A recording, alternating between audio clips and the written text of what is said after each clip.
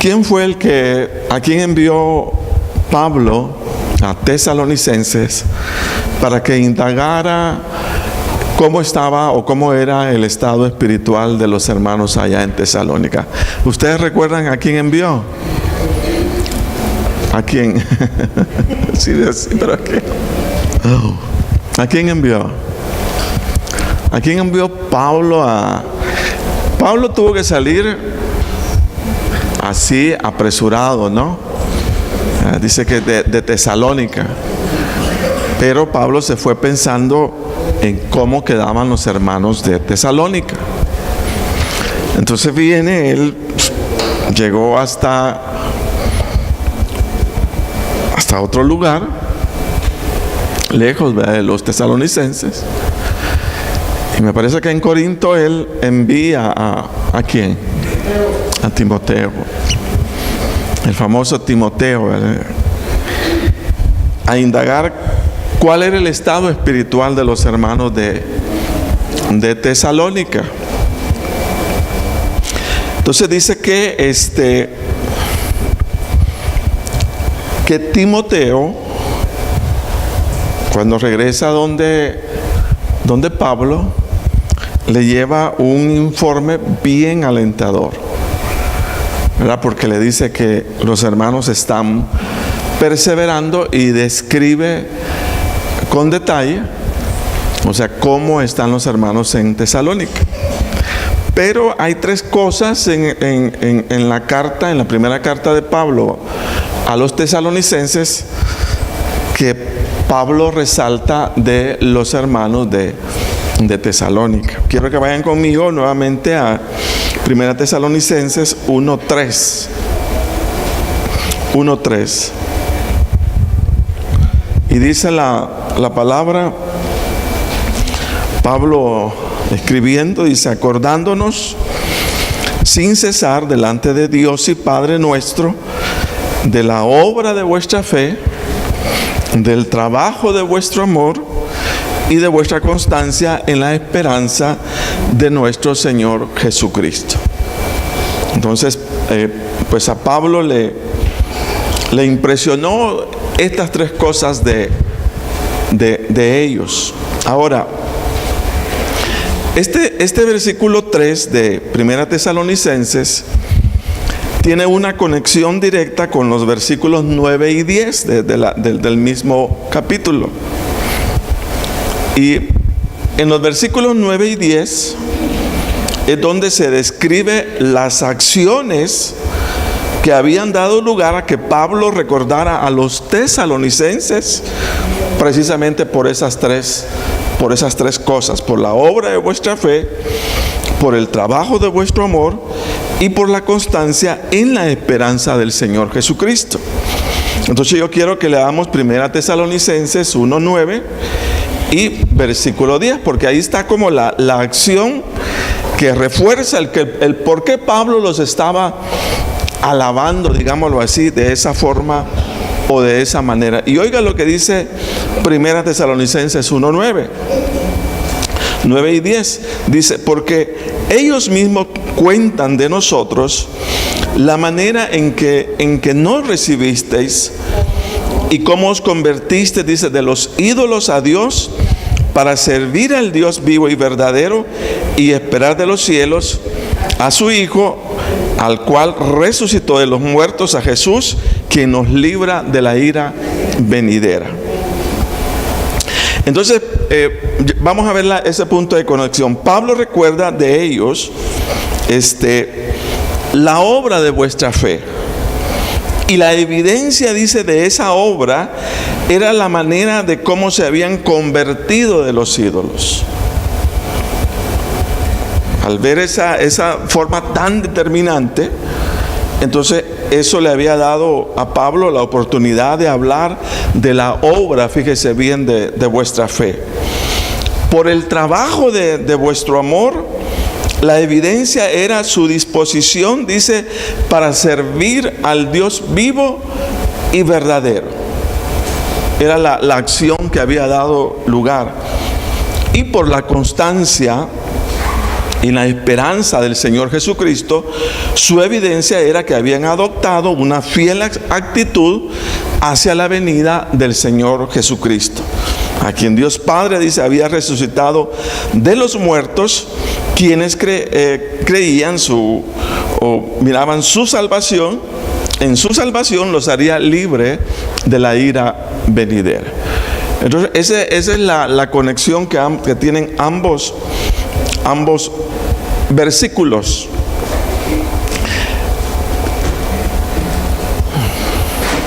¿Por qué debe la familia, hermanos, creer en Jesús, sería, en el Señor, ¿verdad? El amor a nuestra familia no debe de ser, hermanos, únicamente buscando cubrir las necesidades materiales, emocionales o intelectuales de la familia, que es de hecho lo común, sino agregar como elemento necesario el que nuestros hijos y toda nuestra familia, al igual que los tesalonicenses, crea, fíjese bien, en la venida del Señor Jesucristo. Esa es una meta que nosotros debemos de tener en nuestra casa.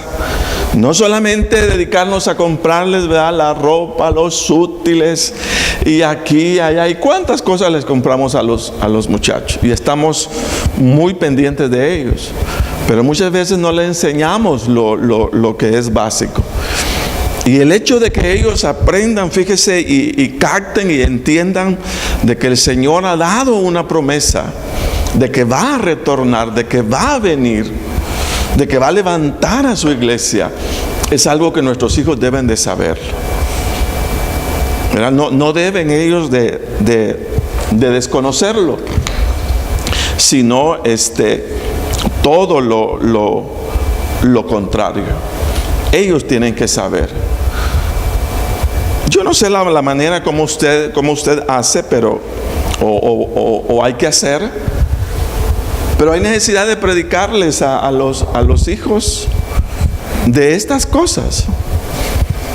Yo tuve la oportunidad, cuando los muchachos estaban, les he explicado, más pequeños, en que no había mediodía, en que no estuviéramos al menos una media hora repasando todas estas cosas, lo básico del Evangelio.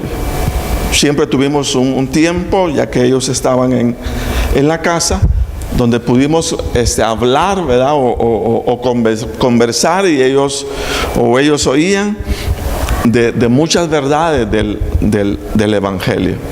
Mire, y eso ellos lo van a recordar, eso ellos lo van a tener bien en mente. Quiero decirles que cuando nosotros como padres nos sentamos, ¿verdad?, o reunimos a nuestra familia allí en la casa para trasladarles la palabra del Señor, eso nos va a dar autoridad. Nos va a dar autoridad con nuestra familia, con nuestros hijos.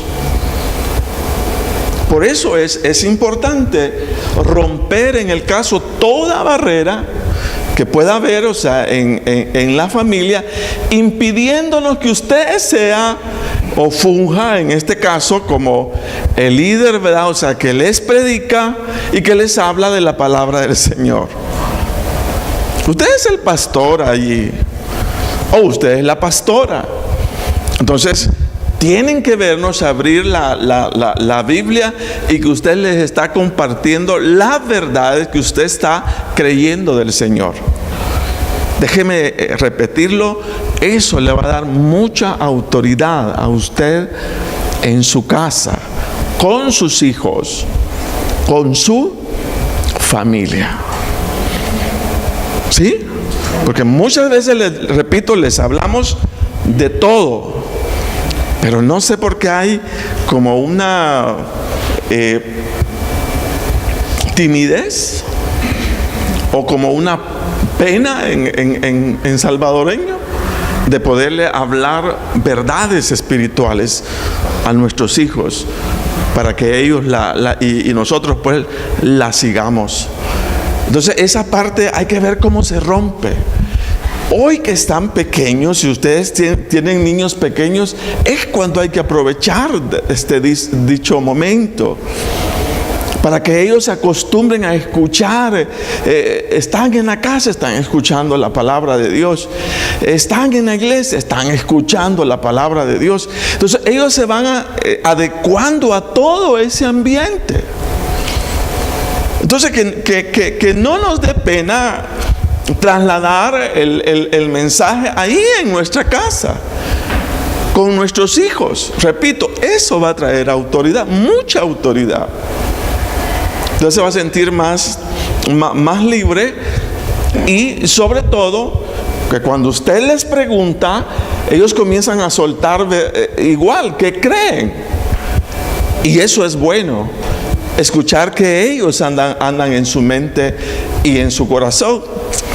Fíjese, y ese es un reto, ¿verdad? Eso es todo un desafío. Muchas veces nosotros en la iglesia hacemos de todo, pero no en nuestra casa. Ahí ni cantamos ni nada. Y nuestros hijos tienen que oírnos todo cantando y todo, que nos gozamos en el Señor.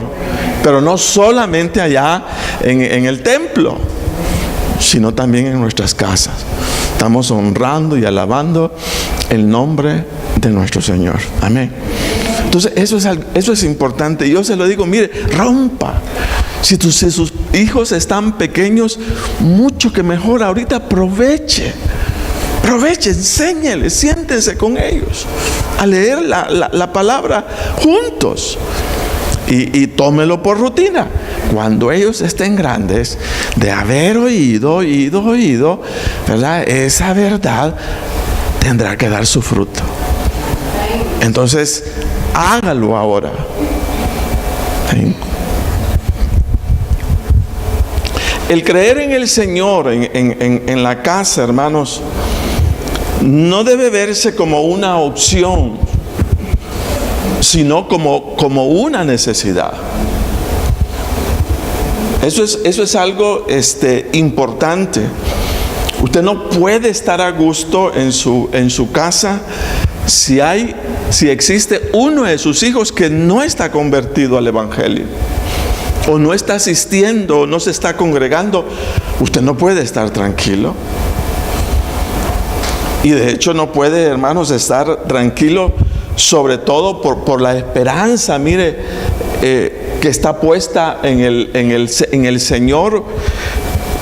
Y sobre todo, hermanos, por lo que el apóstol Pablo habla de los tesalonicenses, cuando dice: y esperar del cielo a Jesús, su Hijo, a quien resucitó, que los libra del castigo venidero.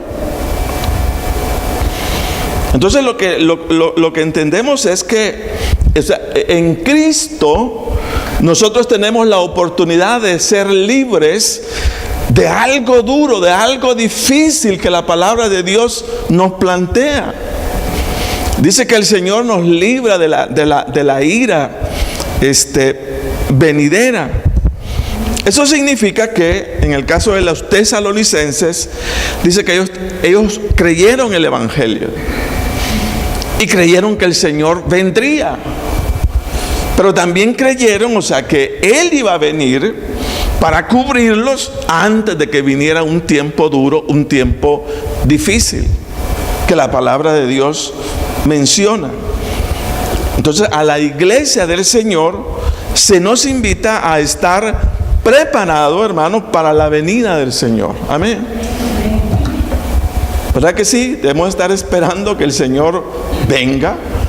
Y esa dice que es una esperanza preciosa que todos desarrollamos y en la cual crecemos.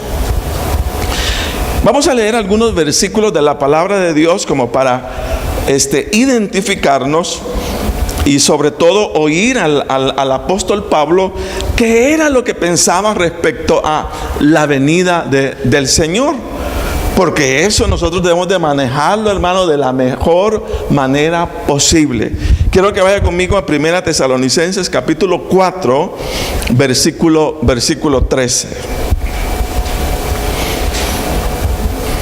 Dice la palabra del Señor ahí en 1 Tesalonicenses 4:13.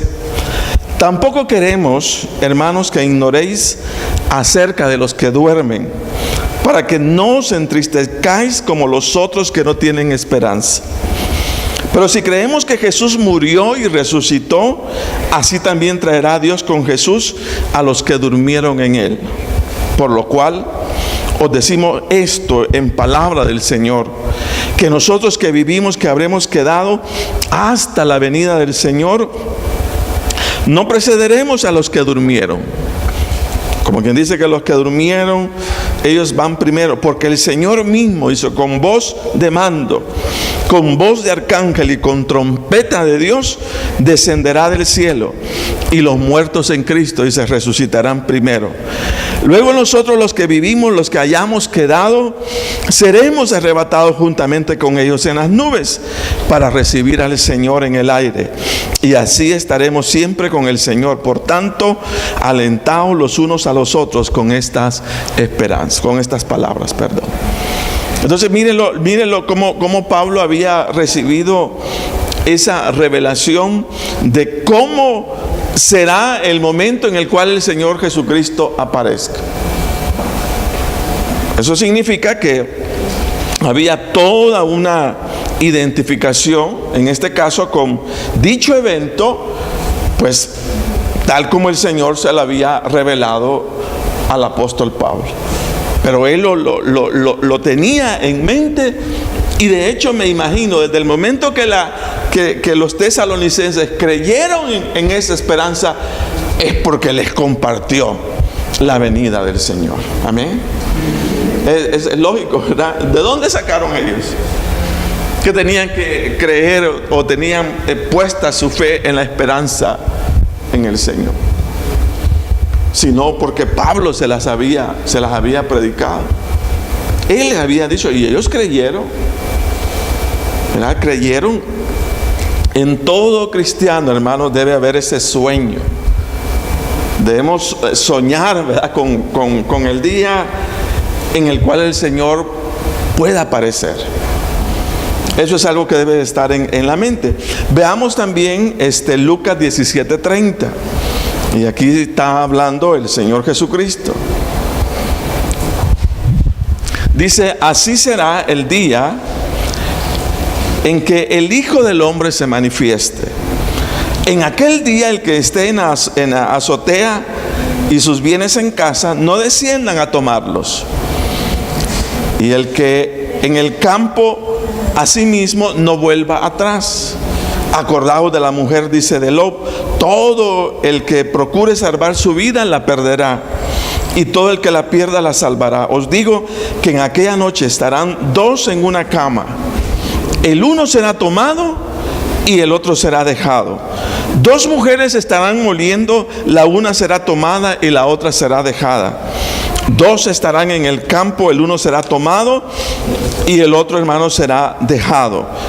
Y respondiendo le dijeron: ¿dónde, Señor? Él les dijo: donde estuviera el cuerpo, ahí se juntarán también las águilas. Entonces también, fíjese, el Señor describió, detalló, ¿verdad? Y dijo: dos estarán en una misma cama, uno será dejado, otro será levantado. Entonces es un hecho, es un evento que tiene que marcar la vida de todo creyente. Leamos 1 Tesalonicenses 5:1. Dice: pero acerca de los tiempos y de las ocasiones no tenéis necesidad, hermanos, de que yo os escriba, porque vosotros sabéis perfectamente que el día del Señor, mire, vendrá como ladrón en la noche, que cuando digan paz y seguridad, entonces vendrá sobre ellos destrucción repentina, como los dolores a la mujer encinta, y no escaparán. Entonces los cristianos estamos a la expectativa, hermanos, de ese evento. Y todos de alguna manera sabemos, ¿verdad?, de cuántas señales o acontecimientos están surgiendo, ¿verdad? O sea, hoy día, que dan la pauta de que el Señor puede venir en cualquier momento. Eso significa que nosotros estamos siempre preparados, ¿verdad? Para irnos La iglesia con el Señor. Creemos en la venida del Señor Jesucristo. Estamos expectantes, creemos en ello. Pero también, hermanos, entendemos, algunos dicen de esta manera: cuando la iglesia sea levantada por el Señor, entonces quedará, dice, sobre la tierra un ambiente, o sea, tan duro, tan difícil, en donde es preferible no ni siquiera pensarlo. Pudo ser que Pablo estaba refiriéndose exactamente a ello, porque yo me imagino, se habla de esa gran tribulación, ¿verdad? Cuando la iglesia sea levantada, imagínense cómo va a quedar la tierra. ¿Cuánto cristiano ya no va a estar? Entonces, pues va a ser un caos horrible, ¿verdad? Pero nosotros, ¿verdad? La iglesia del Señor habrá sido levantada. Y esa es, de alguna manera, nuestra esperanza. Así que inmediatamente la iglesia sea levantada, viene sobre quienes queden, dice, lo que llaman la gran tribulación. Y este es el inicio, dice, de mucho sufrimiento, de mucha angustia, de mucho dolor para los sobrevivientes sobre la tierra. Y si esto fuera poco, dice, encontrarán también condenación eterna para quienes rechacen al Señor Jesucristo, quienes ante el juicio del Señor no darán la medida de lo recto y serán echados, dice, al lago de fuego. Entonces uno debe estar pendiente y creyendo estas cosas. Miren lo que dice Apocalipsis: y el que no se halló inscrito en el libro de la vida fue lanzado al lago de fuego. Ahora, ¿por qué traigo a cuenta esto? Por lo mismo, o sea, porque si realmente lo que está planeado son acontecimientos, en el caso la iglesia del Señor, todo un triunfo, pero por otro lado, hermanos, momentos duros, momentos difíciles. La pregunta sería: ¿podríamos cada uno de nosotros, a sabiendas de lo que viene, dejar a nuestras familias para que piensen lo que quieran y no esforzarnos para que ellos crean en el Señor? Sería la interrogante. ¿Podría usted estar quieto, estar tranquilo, a sabiendas, ¿verdad?, de que su hijo o su hija, ¿verdad?, no cree en el Señor Jesucristo, no se ha convertido al Evangelio, y como tal, ¿verdad?, o sea, no está pendiente, ¿verdad?, de estos acontecimientos?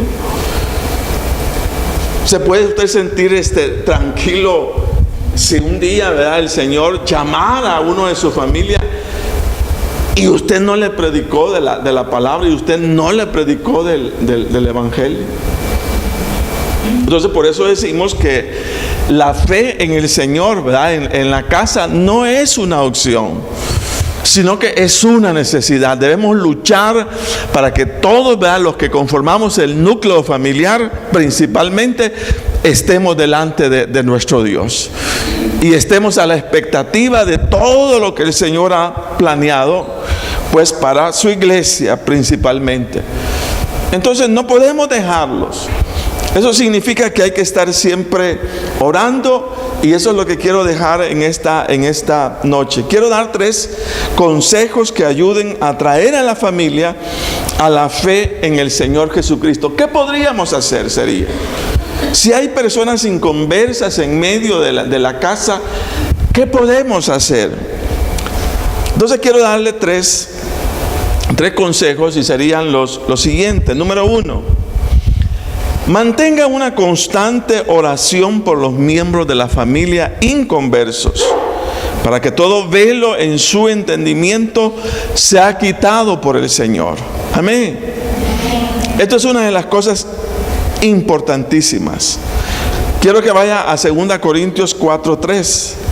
Dice: pero si nuestro evangelio está aún encubierto, entre los que se pierden está encubierto, en los cuales el Dios de este siglo cegó el entendimiento de los incrédulos, para que no les resplandezca la luz del evangelio de la gloria de Cristo, el cual es la imagen de Dios. Entonces, una cosa importante es la oración de intercesión constante, si es posible, diaria, por nuestros familiares inconversos. Pues el destino que está planeado para aquellos que rechacen al Señor Jesucristo, déjeme decirle que no es nada agradable. Y no nos podemos sentir tranquilos sino hasta ver, ¿verdad?, a toda nuestra familia caminando a la casa del Señor. Esa debe ser una meta. Miren lo que dice San Juan 5:28. Dice: no os maravilléis de esto, porque vendrá la hora cuando todos los que están en los sepulcros oirán su voz. Y los que hicieron lo bueno saldrán a resurrección de vida, mas los que hicieron lo malo a resurrección de condenación. Entonces hay que un lugar donde se va a disfrutar con el Señor, pero también habrá un lugar, hermanos, que será de condenación. No podemos dejar a nuestras familias. Hay que buscar, hay que orar por ellas, hay que clamar, hay que arrodillarnos, hay que hacer todo lo que podamos hasta ver la oportunidad que el Señor les abre para que lleguen a la fe en el Señor y ellos comiencen también a congregarse. Hay que hacerlo. Hay que hacerlo, hay que orar, hay que orar, hay que orar. Número 2, conviértase para ellos en un modelo de bondad y amor, de manera que el amor de Dios les cubra a través de nuestras buenas acciones. Muchas veces, hermanos, en la casa a los hijos no los convencen los regaños. A los hijos, hermanos, no los convencen la presión muchas veces que hacemos sobre ellos, sobre todo cuando hay carencia del modelaje de una buena vida cristiana. Yo creo que es más impactante el modelaje, un buen carácter hacia ellos, porque ellos se van contagiando de eso. Pero cuando lo único que hacemos es regañar, es criticar, es condenar, entonces parece que los alejamos en lugar de atraerlos. Y miren lo que dice Gálatas 6:9. Dice: no nos cansemos pues de hacer el bien, de hacer bien, porque a su tiempo segaremos si no desmayamos. Así que tengamos oportunidad, hagamos bien a todos. Mire, cuánto más a nuestra familia, y mayormente a los de la familia de la fe. Amén. Principalmente, mire, a la familia de la fe, y cuánto más, hermanos, a nuestra familia. Necesitamos armarnos, sobre todo con los hijos, de mucha paciencia, hasta que el Señor, hermanos, pueda tocar, ¿verdad?, sus vidas. Y pues ya hemos hablado de eso. Qué glorioso, qué alegría más grande cuando ustedes ven a sus hijos caminar voluntariamente para seguir al Señor. Eso es lo más agradable que uno pueda vivir como padre, ¿verdad? Cuando ya no está empujando los que vayan a la iglesia, sino ellos se van a la iglesia. Uno sabe perfectamente dónde se encuentran, pero lo que sirve mucho, repito, es modéleles el amor, modéleles la paciencia, modéleles la bondad. No solo se los exija, sino modéleselos, y ellos lo van a aprender, ¿verdad? Ellos lo van a aprender. Esa es la mejor manera de ver a nuestra casa convertida al Señor. En medio de los gritos, en medio de los regaños, en medio de tanta cosa semejante, no prospera el ambiente.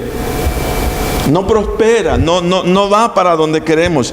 Pero cuando les modelamos, repito, entonces eso es distinto, eso es diferente. Yo les he contado de mi abuelo, que donde estuve, y él fue muy tranquilo, exageradamente tranquilo, siempre haciendo bromas. Era mi papá, ¿no? Fue mi papá. muy tranquilos. Entonces uno lo ve. Eso es precisamente lo que se necesita en la casa, modelos, para que los niños exactamente aprendan lo que tienen que aprender, pero viéndolo de nosotros. Ese es el reto que tenemos, y de hecho ahí es donde hay que trabajar. Mire lo que Pedro le decía a aquellas mujeres que necesitaban ganar a sus esposos. Vea lo que dice 1 Pedro 3:1.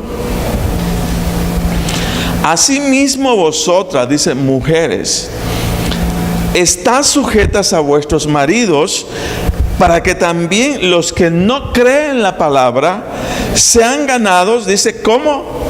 Sin palabras, por la conducta de sus esposas. Entonces hay que trabajar, considerando, dice, vuestra conducta casta y respetuosa. Entonces ese es el secreto, ¿verdad? La mejor manera de llegar al corazón de nuestros hijos es amándolos, mostrándoles todo el amor, de manera que eso, hermanos, los mueva, ¿verdad? O sea, una conducta distinta a una conducta diferente. De hecho, comúnmente nosotros venimos y así, hechos para el regaño, ¿verdad? Porque de alguna manera así fuimos criados. Y nosotros cometemos ese error, pero no da resultado. No da resultado para nada. Hasta que comenzamos, hermanos, a ganarlo, ¿verdad? Sin palabras, sino por la conducta, es que comienzan ellos a ser distintos, a ser diferentes. Entonces, eso sería lo segundo. Y número 3, dialogue con ellos de la gracia de Dios en Cristo y mantenga una invitación constante, pues llevándolo a reuniones donde se predique la palabra del Señor. Si se tiene esa oportunidad, entonces hay que andar con los hijos para todos lados.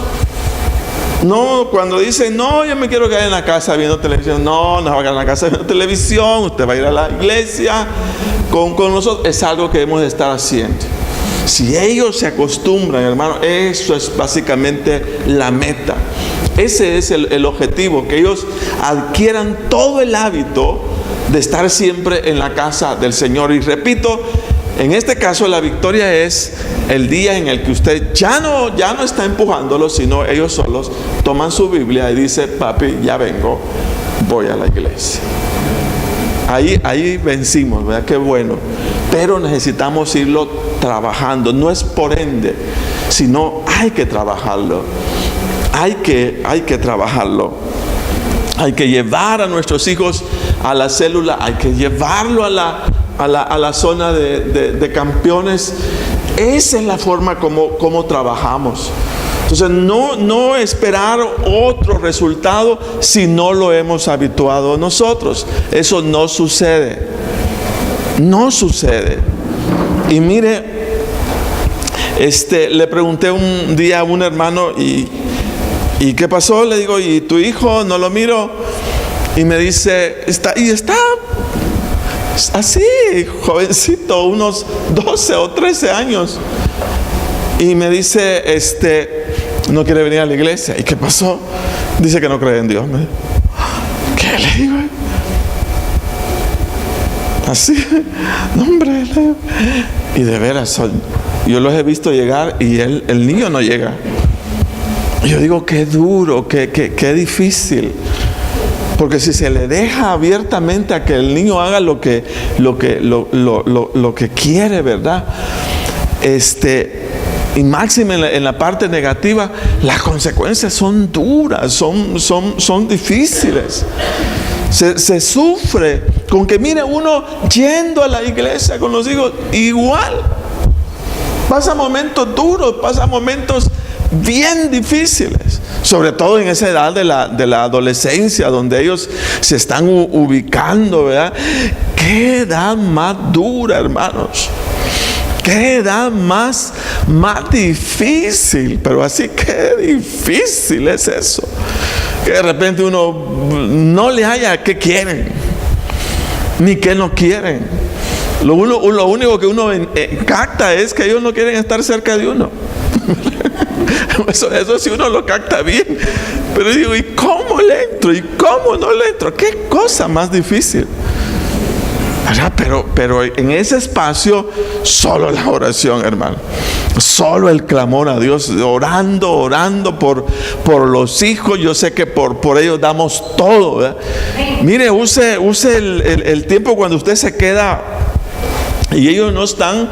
O sea, ore por ellos en el cuarto donde ellos están, ahí en el lugar donde ellos descansan, ¿verdad? Ahí estar clamando, ahí estar orando, ahí estar bendiciendo. Y ya pues cuando ellos están, igual uno pasa orando, intercediendo. Pero es la única manera en la que se gana la batalla con los hijos. Luego uno quiere hablar, ellos no quieren hablar, ellos no quieren expresar nada. Así había un jovencito que dice, contándome, no quiere hablar nada. De repente estaba bien con su mamá y hoy ya no quiere estar con su mamá. Dice, mira, ven a ayudarme porque tienen un negocio. No quiere estar en el negocio, no quiere estar en nada. Entonces uno dice, Señor, ¿y qué hago, Dios? Y lo único que le puedo decir es, mire, clame por ellos, llore por ellos delante del Señor, arrodíllese, ¿verdad? En la madrugada, en la tarde, en la noche, tiene que llegar, ¿verdad? Y cuando llegue, ámelo, así como lo oye, ámelo, muéstrele el amor del Señor, hasta que se rompa esa cadena y podamos ver a nuestros hijos yendo, ¿verdad? Voluntariamente, repito, para recibir a Jesús como Señor y como Salvador. ¿Por qué, hermano? Porque ellos tienen que entrar a esta esperanza gloriosa. Ellos tienen también, hermanos, que decir, estamos esperando al Señor Jesucristo, amén. Estamos esperando a que venga el Señor. Esa es la alegría, ese es el gozo, cuando todos estamos compartiendo ya lo mismo. Qué cosa más bonita, qué cosa más interesante.